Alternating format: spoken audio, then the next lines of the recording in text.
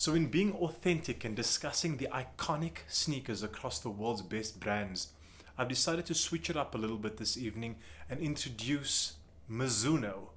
This is the Wave Rider OG. There's a lot to discuss about the sneaker and its brand, and also a couple of reasons why this has caught my attention in the past couple of weeks. So stay in there, buckle up, and be prepared. This is Mizuno.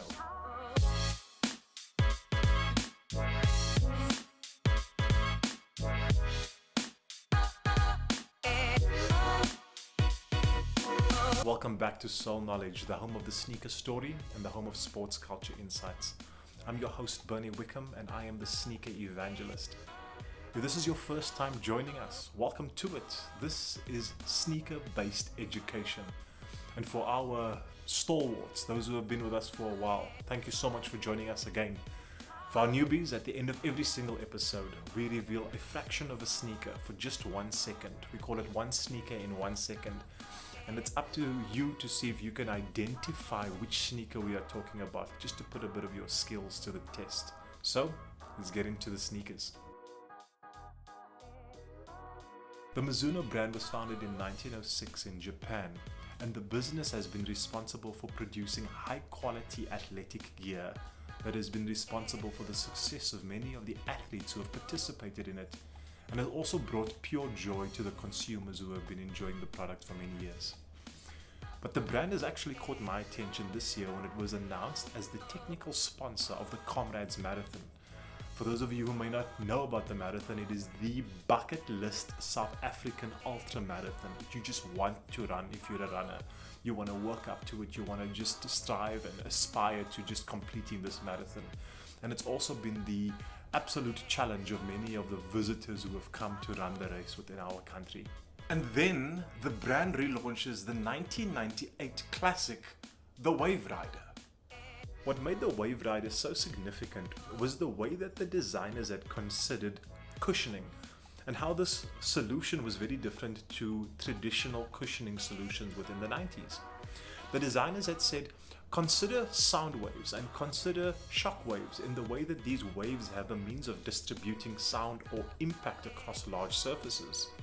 And what they then did was they'd mimicked the wave, because the wave was efficient in distribution. That this wave, if you could just follow closely, it's actually the red line that exists all the way through this midsole.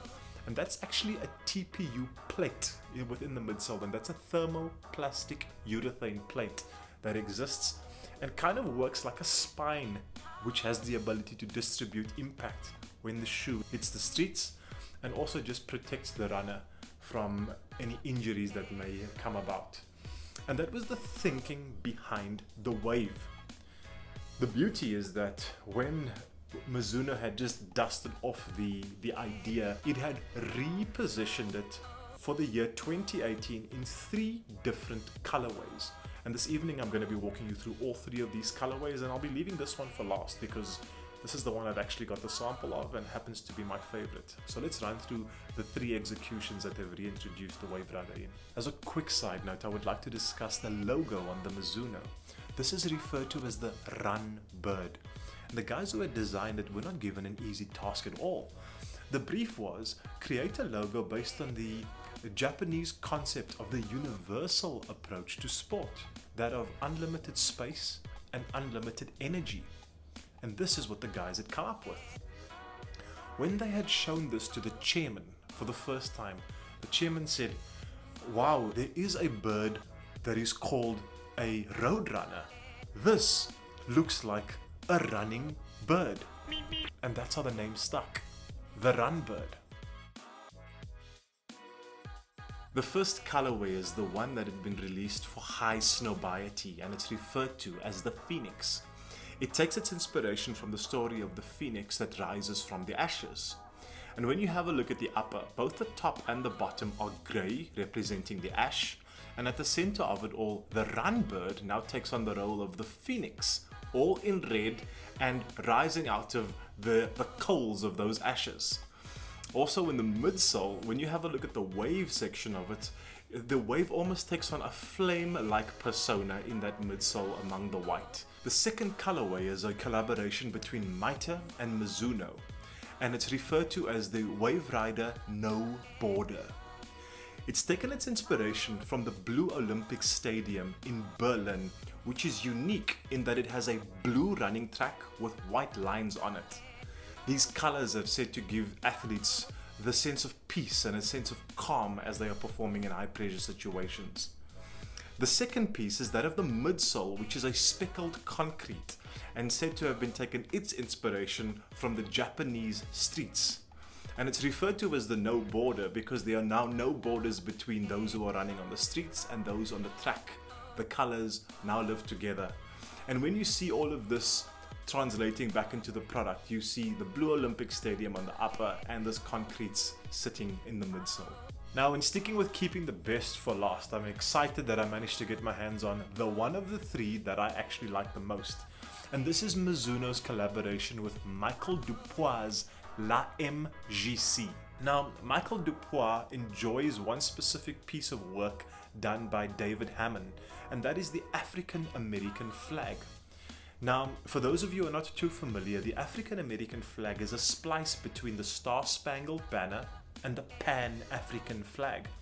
Now, the Pan-African flag had been created as a sign of solidarity or unity to the Africans living all across the world, the African diaspora as it's referred to.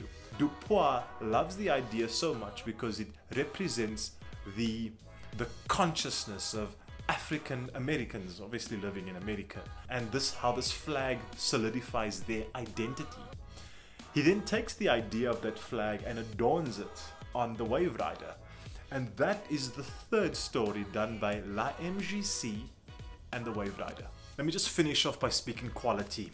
This construct is premium leather, premium suede, thick meshes, and just an all-round beautiful construction. But beyond that, check this out. The sock liner is leather, which has also been debossed with that branding of La MGC and Mizuno.